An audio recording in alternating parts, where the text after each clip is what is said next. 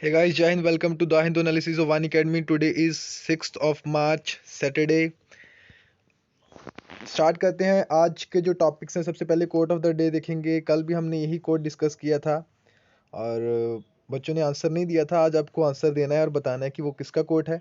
Then important news and editorials एक editorial है, एक आज न्यू स्पेस इसरो के बारे में है, उसके बारे में डिस्कस करेंगे। Then new rules to regulate OTT platforms lacks the teeth currency smuggled at the behest of Kerala CM, उसकी ये न्यूज़ है। छोटा सा एक ग्लिम्स लेंगे उसका।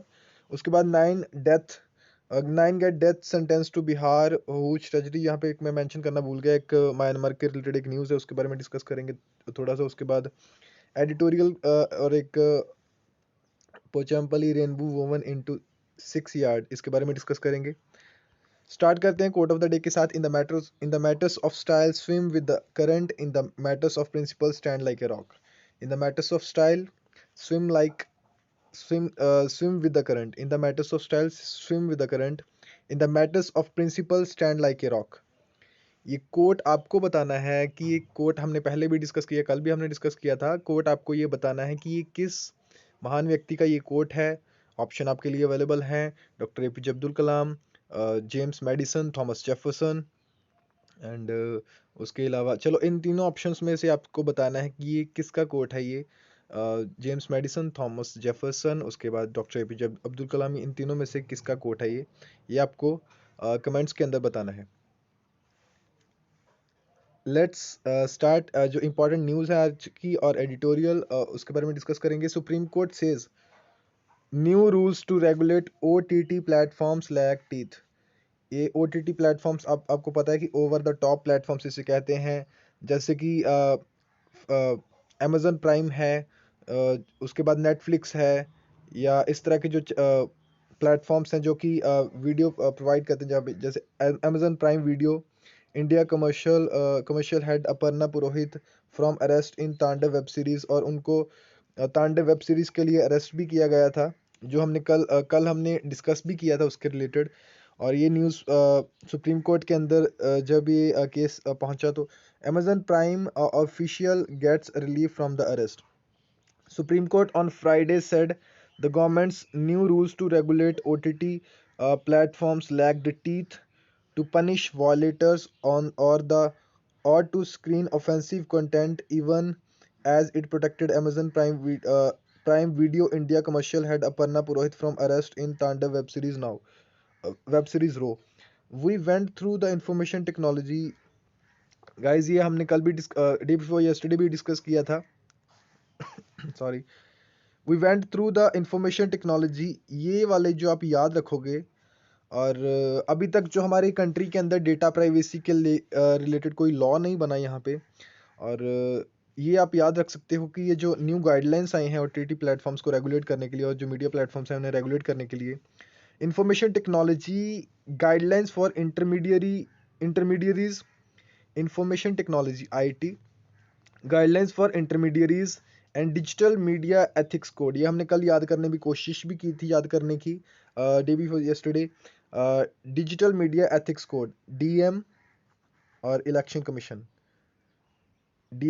कमीशन के क्या आपस में रिलेशनशिप है, ये IT सेक्टर बता सकता है। इन IT यानी कि information technology guidelines for intermediaries, ये आप याद रखना है, आपको याद रखना है। उसके बाद D for digital media, then ethics code, digital media ethics code rules of 2021। These are merely guidelines, there is no provision for punishment और फाइन। यहाँ पे जो यहाँ पे कहना है कि ये सिर्फ गाइडलाइंस ही हैं, यहाँ पे कोई प्रोविजन नहीं है पनिशमेंट का, फाइन का। What is the mechanism to control and regulate this platforms? Justice Ashok Bhushan heading a bench asked solicitor general Tushar Mehta. Solicitor general जो हैं, जो एक लॉयर जो कि गवर्नमेंट को रिप्रेजेंट कर रहे थे यहाँ पे, उनको इन्होंने ये क्वेश्चन पूछा, what is the mechanism to control and regulate these platforms. यानी कि वहाँ पे ना तो कोई पनिशमेंट है, ना कोई फाइन वाली कोई प्रोविजन है उसके अंदर। दीज आर मेयरली गाइडलाइंस, इस तरह से जस्टिस अशोक भूषण ने यहाँ पे कहा, जो कि बेंच को हेड कर रहे थे। Mister Mehta agreed to consider drafting new regulations or even legislation to address the concern raised by the court. We can come out with it. We can हम इसे लेके आ सकते हैं, ताकि यानी कि उसमें कुछ प्रोविजंस उन्होंने बोला कि वो लेके आ सकते हैं. We can come out with it. We can come out with a draft and place it before the court, he stated. एक जो नया ड्राफ्ट है वो हम रखेंगे कोर्ट के सामने. पेज नंबर 8 से आप इसे डिटेल में पढ़ सकते हो. The court order said new rules were more in nature of guidelines. एक तरह से गाइडलाइंस ही हैं ये. No effective mechanism for screening और to take appropriate action against violators. यहाँ पे अगर कोई वायलेट करता है, देखिए सुप्रीम कोर्ट यहाँ पे कह रहा है, सुप्रीम कोर्ट का कहना है कि इसे और स्ट्रिक्ट बनाइए. ये मेयरली गाइडलाइंस नहीं होनी चाहिए, बल्कि इसमें फाइन के रिलेटेड या पनिशमेंट के रिलेटेड प्रोविजंस भी होने चाहिए जो कि वायलेट करते हैं. We went through your information technology guidelines for intermediaries. देखिए गाइज, इस तरह के अगर आपको स्टेटमेंट्स पढ़ने को मिलते हैं, जो जस्टिस रहते हैं हमारे, जो जजेस रहते हैं, और इतने वाइस पीपल ये जो होते हैं, और इनकी जजमेंट अगर हम इस तरह से हमें पढ़ने का मौका मिल रहा है, तो हमें बहुत ही थैंकफुल रहना चाहिए. जो न्यूज़पेपर्स रहते हैं, जो मीडिया हाउस, जो प्लेटफॉर्म्स रहते हैं, कि किस तरह से वो हमारे तक ये इन्फॉर्मेशन पहुंचाते हैं, कि जो कोर्ट रूम्स की वहाँ पे आर्गूमेंट्स रहते हैं वो हम पढ़ पाते हैं. वी वेंट, यहाँ पे जस्टिस जो अशोक भूषण है उनका कहना है, जो कि बेंच को हेड कर रहे थे. We went through your information technology IT guidelines for intermediaries and digital media ethics code rules 2020 rules or 2020. These are merely guidelines. There is no provision for punishment or fine. What is the mechanism to control it? इन्होंने यहाँ पे कहा, और उसके बाद we can come out with a draft and place it before the court. ये इन्होंने कहा तुषार मेहता ने. उसके बाद मुकुल रोहतगी जो एडवोकेट फॉर अमेजन थे, उन्होंने कहा Amazon does not show pornography. I can show you 10,000 movies on Amazon. There is no pornography in any of them. I myself watch these movies in the evenings. ठीक है, इनका कहना, मुकुल रोहतांगी जो इनका कहना है कि हाँ, अमेजन पे मैं अमेजन जो है वो पोर्नोग्राफी शो नहीं करता, वहाँ पे कोई इस तरह की वीडियोस नहीं शो होती वहाँ पे. और लेकिन यहाँ पे ये सिर्फ अभी एडवोकेट हैं ये, तो सिर्फ एक ही पॉइंट के ऊपर बात कर रहे हैं, पोर्नोग्राफी के ऊपर. देखिए, पोर्नोग्राफी ही अकेली ऐसी वजह नहीं है जो कि हमारे समाज के लिए एक मतलब, यानी कि एक जो कल्चर है हमारा, या हमारा जो सोसाइटी है, उसे हार्म कर सकती है. सिर्फ पोर्नोग्राफी नहीं है, और भी बहुत सारी चीज़ें रहती हैं, जैसे हमने कल भी डिस्कस किया था, जैसे कि सॉन्ग्स रहते हैं, जो ट्रैक्स रहते हैं, उनके जो लिरिक्स होते हैं. हाँ ठीक है, एक लिमिट तक होनी चाहिए, लेकिन फिर भी कहीं ना कहीं उसका असर जो पड़ता है. और वैसे भी आर्टिकल 19 अगर है, तो हमें ज़रूर अपना जो ओपिनियन है, अपना जो व्यूज़ है, हमें शेयर करना चाहिए. अगर कोई बात हमें लगती है कि हाँ, हमने जो हमारे जो ओपिनियंस हैं, व्यूज़ हैं, बिलीव्स हैं, वो हमें ज़रूर शेयर करने चाहिए. सिर्फ यहाँ पे मैं बताना चाहूँगा कि सिर्फ यहाँ पे पोर्नोग्राफी नहीं है, बल्कि और भी बहुत सारी चीज़ें रहती हैं, जिसके अंदर की हमारा जो कल्चर है, या हमारी जो सोसाइटी है. बेसिकली चलो, मैं कल्चर की बात नहीं करूँगा यहाँ पे. जो हमारी सोसाइटी है, वहाँ पे किस तरह से सोसाइटी के ऊपर, या जो यंग जनरेशन्स हैं हमारी, उन बच्चों के ऊपर बुरा असर पड़ता है. और नेक्स्ट जो न्यूज़ है, that is about currency smuggled at the behest of Kerala CM. Customs department का ये कहना है कि on the behest of Kerala CM, currency जो स्मगल हुई है वहाँ पे. Affidavit is a plot to tarnish government ahead of poll, LDF. या पढ़ सकते हो, केरला के अंदर एक न्यूज़ है करेंसी स्मगलिंग के रिलेटेड.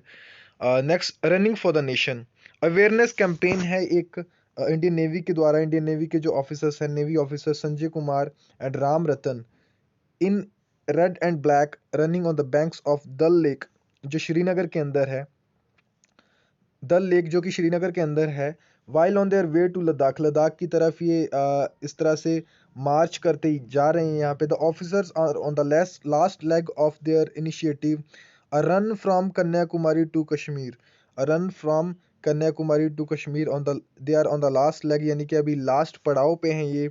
इन्होंने ये सारा जो ट्रैवल किया यहाँ से, कैंपेन फैला, एक अवेयरनेस जो कैंपेन है उसे फैलाने के लिए which aims to create awareness about non-communicable diseases।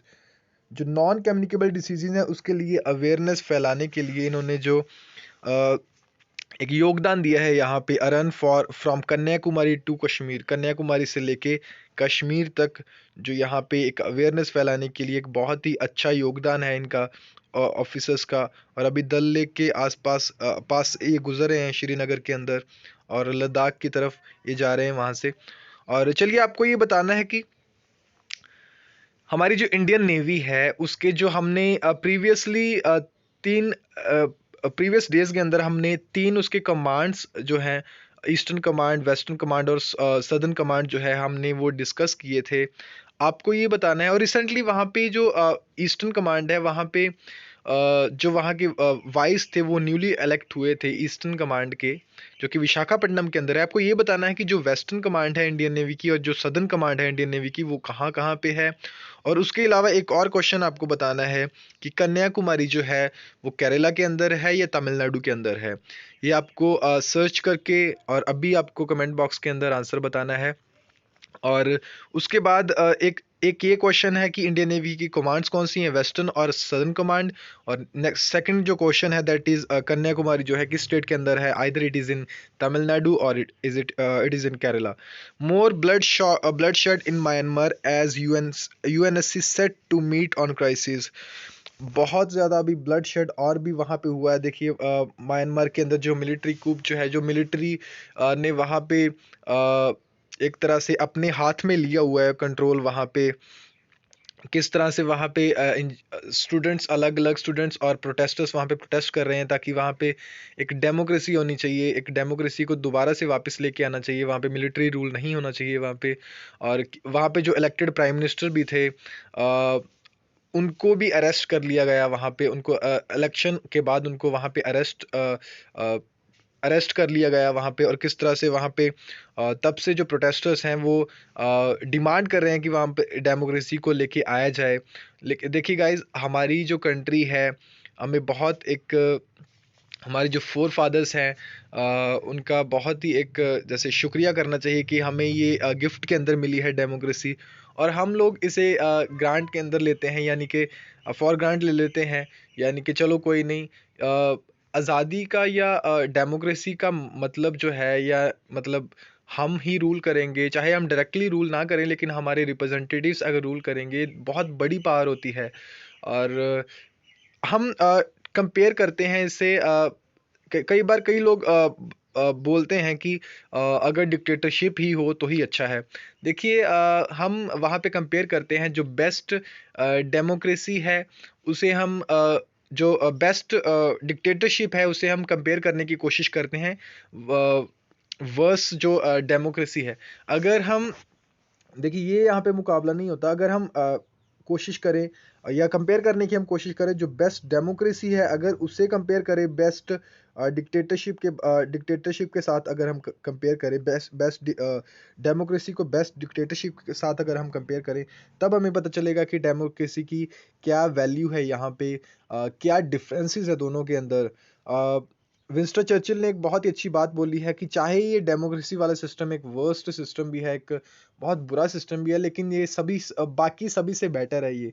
और एक एक बहुत ही अच्छा माना जाने वाला ये सिस्टम है। और डेमोक्रेसी के अंदर जैसे चाहे डायरेक्टली हो या इनडायरेक्टली हो, जो रिप्रेजेंटेटिव्स चाहे रूल करें या फिर लोग खुद ही रूल करें, इसके अंदर डायरेक्टली रूल करें, जैसे छोटे छोटे कंटोनमेंट्स हैं स्विट्जरलैंड के अंदर या बाकी कंट्रीज़ के अंदर, जो छोटी कंट्रीज़ हैं जिसमें पॉपुलेशन काफ़ी कम है। और अगर वहाँ की हम बात करें तो डेमोक्रेसी एक बहुत ही एक इम्पॉर्टेंट, वहाँ पे लोग डिसेंट देते हैं, अपना डिबेट करते हैं, डिस्कस करते हैं, और फिर वहाँ पे चीज़ें बाहर निकल के आती हैं। अगर हम यहाँ पे इंडिया की बात करें कि अगर आप क्वेश्चन पूछे कि सर अभी अगर डेमोक्रेसी इतनी अच्छी है तो इंडिया इंडिया में ये हाल क्यों है, देखिए गाइज, बहुत सारी चीज़ें जो ऐसे होती हैं कि हमारी जो डेमोक्रेसी है यहाँ पे बेस्ट डेमोक्रेसी नहीं है, हमें एक आइडियल डेमोक्रेसी नहीं है और हमें वही बनना है।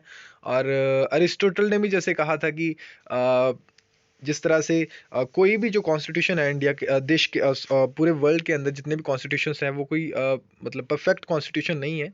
लोगों ने ही खुद बनाया है और टाइम के साथ इसे मॉडिफाई भी करना चाहिए और करते भी हैं। और इंडियन कॉन्स्टिट्यूशन तो पहले ही लिविंग एंड ब्रीदिंग डॉक्यूमेंट है, जैसे हमें पता है। फिर भी हमें ट्राई करना चाहिए कि हमें कोशिश करना चाहिए इसमें इसमें सुधार लेके आने की। जैसे अगर हम इंडियन कॉन्स्टिट्यूशन की बात करें, इंडियन सॉरी डेमोक्रेसी की बात करें, तो वहाँ पे किस तरह से सुधार लेके हम आ सकते हैं। जैसे कि अगर कोई भी लॉज बनते हैं, अगर हम लेजिस्लेटिव विंग की बात करें, लेजिस्लेटिव आर्म की स्टेट के, तो वहाँ पे अगर वो प्रॉपरली डिस्कस करें, डिबेट करें, और जो जैसे पार्लियामेंट्री स्टैंडिंग कमेटीज जो हैं या पार्लियामेंट्री कमेटीज जो रहती हैं पार्लियामेंट के अंदर, अगर उनसे उनको अगर डिस्कस करने का वहाँ पे मौका दिया जाए।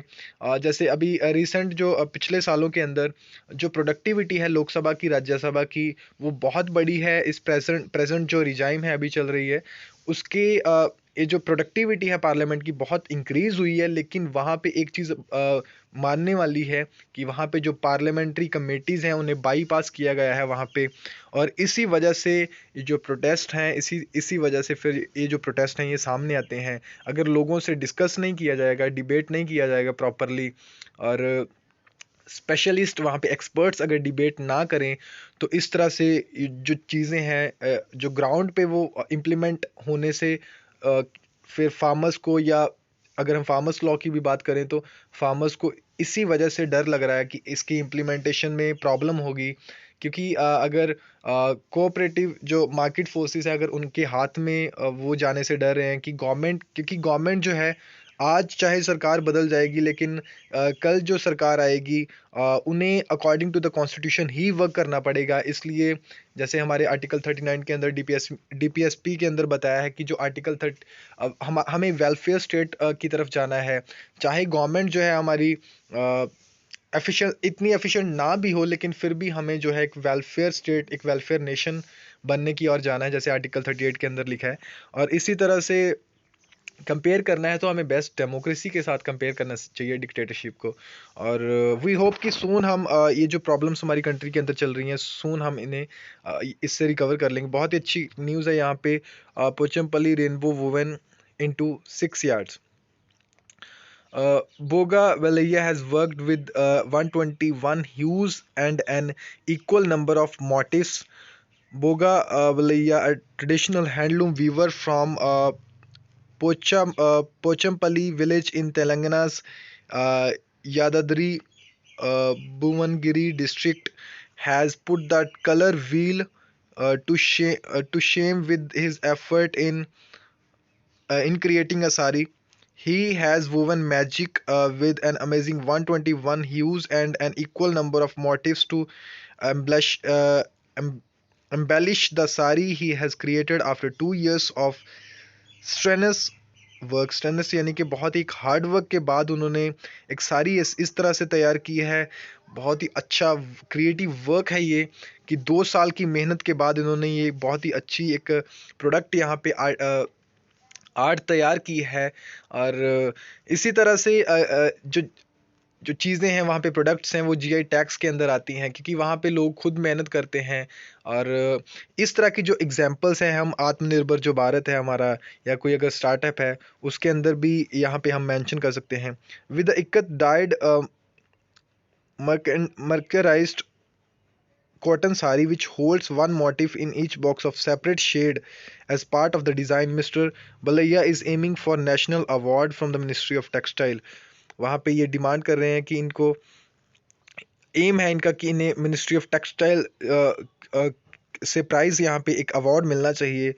The 61-year-old says it had been his dream for 10 years to create such a sari. देखिए 10 साल का उनका एम है कि इस तरह की जो सारी वहाँ पे, इस तरह का प्रोडक्ट वहाँ पे तैयार करना। I could not spare I could not spare time owing to my financial expenses and family responsibilities. Now that my children are settled in their own jobs, I can give shape to my dream. यहाँ पे इनका कहना है कि जैसे इनकी family पूरी settle है, बच्चे जॉब्स पे हैं और अभी ये अपना जो ड्रीम है इसे एक्वायर कर सकते हैं। देखिए गाइस, हर एक इंसान का एक ड्रीम होता है कि हाँ मैं ये अचीव करूँगा। आप भी अपने मम्मा पापा के साथ डिस्कस कीजिए, क्योंकि हमारे जो पेरेंट्स रहते हैं वो जो माता पिता रहते हैं वो बच्चों के ड्रीम फुलफिल करने के लिए अपने ड्रीम्स जो होते हैं उन्हें छोड़ देते हैं। और क्योंकि बहुत सारे इस तरह के पेरेंट्स होते हैं जिन्हें आप पढ़ने का मौका नहीं मिलता, लेकिन हमारे जो पेरेंट्स हैं वो हमें पढ़ाते हैं। ज़रूर हमें उनके साथ डिस्कस करना चाहिए कि मम्मा पापा, आपका व्हाट इज़ योर एम, आपका एम क्या है, आप क्या अचीव करना चाहते थे जो आपने अचीव नहीं किया। और अगर आप जॉब पे लग जाओगे या अगर आप एज अ स्टूडेंट अगर आप कहीं पे पहुंच जाते हो, तो फिर आप ट्राई कीजिए कि आपके जो पेरेंट्स हैं उन वो भी अपना एम एटलीस्ट कुछ परसेंट उसका फुलफिल कर पाएँ, ताकि उन्हें भी सेटिस्फेक्शन हो कि हाँ हमारे, अगर हमने अपने बच्चों के सपने पूरे किए हैं तो हमारे बच्चों ने भी हम हमारी हेल्प की है हमारे सपने पूरे करने के लिए। ही usually he used 11 eco-friendly colors, each in WAP and WEFT, namely green, golden, yellow, blue, brown, parrot, green, gray, orange, and lemon yellow and rani pink, which gave sari its 120 shades। 120 shades हैं इसके अंदर। बहुत ही एक खूबसूरत एक art है जो इन्होंने तैयार की है। आप याद रख सकते हो तेलंगाना के हैं ये आर्टिस्ट। हैदराबाद तेलंगाना की ये न्यूज़ है, यहाँ पे पढ़ सकते हो कौन सा डिस्ट्रिक्ट है और पोचमपल्ली जो विलेज है यहाँ पे। एडिटोरियल हम डिस्कस करेंगे न्यू स्पेस। ये एडिटोरियल है इसरो के बारे में है। ISRO must take advantage of the market opportunities from the space applications with the launch of Brazil's Amazonia 1, जो सैटेलाइट जो अभी हमने संडे के दिन जो लॉन्च हुआ ये last week from Sriharikota at new chapter has begun in India space history. The satellite जो कि 637 kilogram entity was the first dedicated commercial mission. एक कमर्शियल मिशन था न्यू स्पेस इंडिया लिमिटेड, जो कि एक आर्म है, जो कि कमर्शियल आर्म है डिपार्टमेंट ऑफ स्पेस के अंडर आती है इसरो की। 2 ईयर ओल्ड कमर्शियल आर्म जो है अभी 2 साल पहले इसका गठन किया गया है। This is not the first time that national space India limited, इसकी फुल फॉर्म जो है has organized a launch of foreign satellites abroad and Indian space research organization launch vehicle. The organization has had launches last November as well as in December 2019. However, the primary satellites abroad, both these missions were Indian satellites, RISAT 2BRI and EOS 01, with smaller satellites from several other countries as well as India piggybacking on them. Then Amazonia mission जो है Brazil का also saw 18 other satellites being launched and was fully 18 के अंदर 5 जो थी that were from our country only, and 13 जो थी that were from the USA की जो 13 satellites थी being launched and was first fully commercial mission। एक fully जो commercial mission था ये एक, इस पे गाइज आपको क्वेश्चन भी आ सकता है। हाँ, हमारी जो GS3 के अंदर जो आपको क्वेश्चन आ सकता है कि जो हमारे इंडियंस की अचीवमेंट्स हैं इसके अंदर, उसके बारे में या इकोनॉमी के रिलेटेड आपको इससे क्वेश्चन पूछे जा सकते हैं। तो guys get ready for the mains के अंदर आपको इसमें से क्वेश्चन ज़रूर पूछे जाएंगे। India has so far launched 342 जो फॉरेन सैटेलाइट्स हैं 34 कंट्रीज से, using polar satellite launch vehicle PSLV जो रहते हैं platform, and many of them have involved ISRO's first commercial entity, the Antrix Corporation. There is still confusion on how exactly the responsibilities of NSIL differ from those of Antrix. But with the formation of Indian National Space Promotion and Authorization Center, Indian National Space Promotion and Authorization Center, a regulatory agency, as well as plans of an independent tribunal to adjudicate disputes among private space entities, there is a potential explosion of market opportunities from the space applications on the anvil. Though the private sector plays a major role in developing launch and satellite infrastructure for ISRO, there are now several companies that offer myriad services। बहुत सारी अभी companies हैं जो कि offer कर रही हैं। Many of these companies want to launch their own satellite of varying dimensions, and experience with ISRO has not been smooth always. वो चाहती हैं कि वो अलग से भी अपनी सैटेलाइट्स लॉन्च करें। क्या इसकी फ्यूचर रहता है आगे देखेंगे हम। The most conspicuous have been the controversies involving Devas Multimedia, to which the government of India owes nearly $1.2 billion, going by an order, a tribunal of the International Chamber of Commerce, and upheld the United States Federal Court last year.